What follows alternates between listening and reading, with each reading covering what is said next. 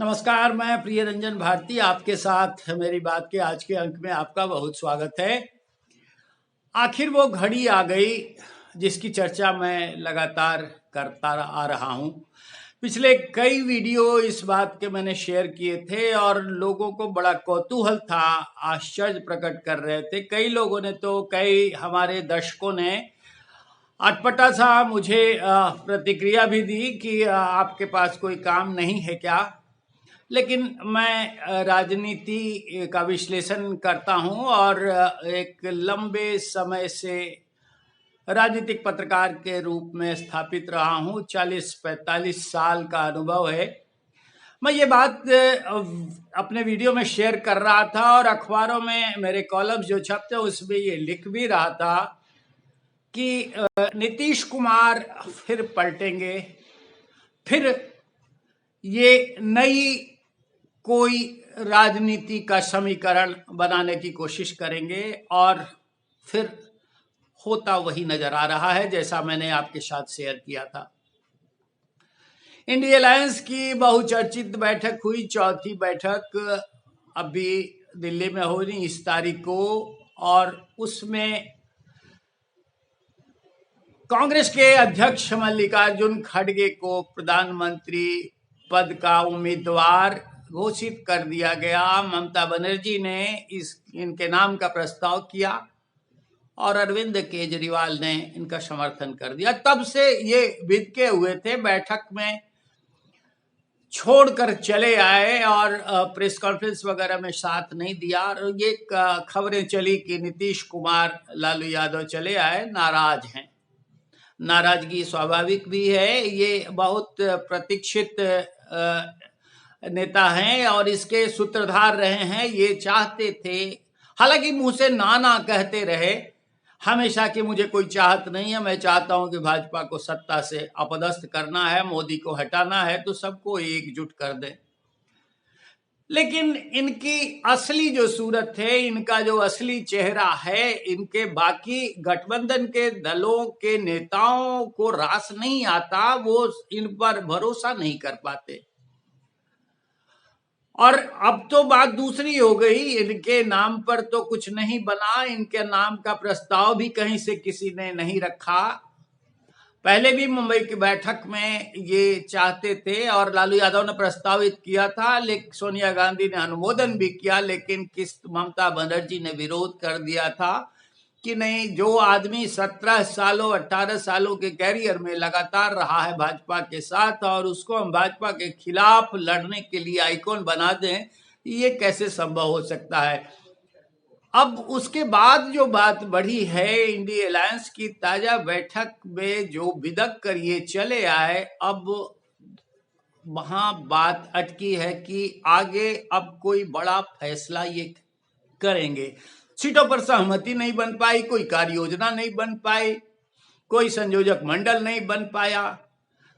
ये सब नाना करते हुए भी चाहते थे कि वो मुखौटा बने रहें, लेकिन बात बनी नहीं। अब ये 29 तारीख को, दिसंबर 29 को जो इन्होंने कार्यकारिणी की, राष्ट्रीय कार्यकारिणी की बैठक बुलाई है और उसके साथ लगे हाथों इन्होंने राष्ट्रीय परिषद की भी बैठक बुला ली।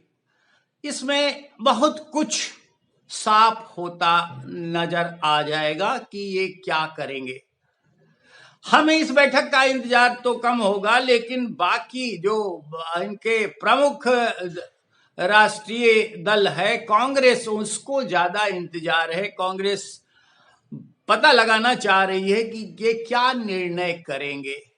हालांकि ऐसा नहीं है कि अब कोई निर्णय में बदलाव करने वाला है इंडी गठबंधन, लेकिन ये क्या करेंगे ये बड़ा महत्वपूर्ण है, क्योंकि दो बातें साफ है।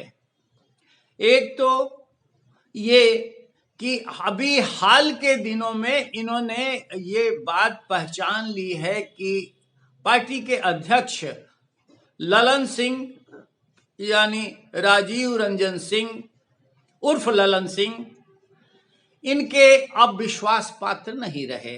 ये बहुत पहले से इनके विश्वास पात्रों में माने जाते थे, लेकिन जिस तरह से ललन सिंह इन्हें भाजपा से अलग कर राष्ट्रीय जनता दल के महागठबंधन की सरकार बनवाने के लिए उत्प्रेरित करते हुए ले गए थे, उनकी भूमिका कुछ और रही और ये इन्होंने हाल में पहचाना है।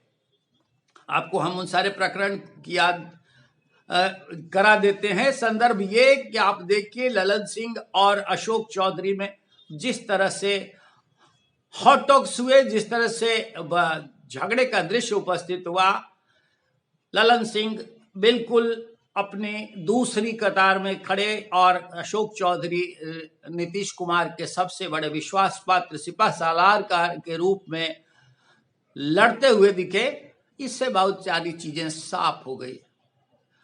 अब जो नई प्रगति है, इसमें दौर जो अप्रगति का आया हुआ है, इसमें बहुत सारी बातें स्पष्ट हो चुकी हैं, कहने को कुछ बचा नहीं है। राष्ट्रीय जनता दल को एहसास हो चुका है कि नीतीश कुमार फिर से कोई नया गेम खेलेंगे। नया गेम क्या हो सकता है, इस पर कयास लगाए जा रहे हैं, मैं इस पर बाद में आऊंगा। लेकिन राष्ट्रीय जनता दल को ये स्पष्ट हो चुका, ये भांप चुकी है पार्टी कि अब ये जो उद्देश्य लेकर आए थे उस उद्देश्य का मतलब क्या था और ये चाहते क्या थे, और ये फिर से अपना उद्देश्य साध न लें, लक्ष्य पूरा न कर लें, इसलिए राष्ट्रीय जनता दल ने थोड़ी सी दूरी बना ली। आपको याद कराता हूं कि हाल में बिजनेस कॉन्क्लेव हुआ, उद्योगपतियों का सम्मेलन हुआ, और जिस अडानी समूह को पीट कर ये महागठबंधन के नेता और तेजस्वी यादव उप मुख्यमंत्री गालियां देते रहे, उनके लिए बहुत कुछ कहते रहे, वही अडानी समूह बिहार में उद्योग लगाने पर सहमत हुआ। ऐसे संकेत तो साफ मिल गए कि जिस अडानी की ये बार बार भाजपा के चहेते के रूप में निंदा करते रहे हैं, वो आखिर क्यों बिहार में उद्योग लगाने के लिए सहमत हो गया, उसके पीछे की वजह आपको खुद समझ लेनी चाहिए। लेकिन मैं जो बता रहा हूं वो ये कि राष्ट्रीय जनता दल ने तभी से एक दूरी बना ली है। तेजस्वी यादव उस सम्मेलन में नहीं गए, उसके बाद से जितने भी कार्यक्रम सरकार के हो रहे हैं उसमें राष्ट्रीय जनता दल का कोई मंत्री शरीक नहीं हो पा रहा है, और ये अब साफ दिखता भी है। इस पर भी मैंने एक वीडियो आपके साथ शेयर किया था। लेकिन अब जो बात होने जा रही है वो $1 मिलियन क्वेश्चन है कि होगा क्या, नीतीश कुमार करेंगे क्या, सभी को इस बात का इंतजार है।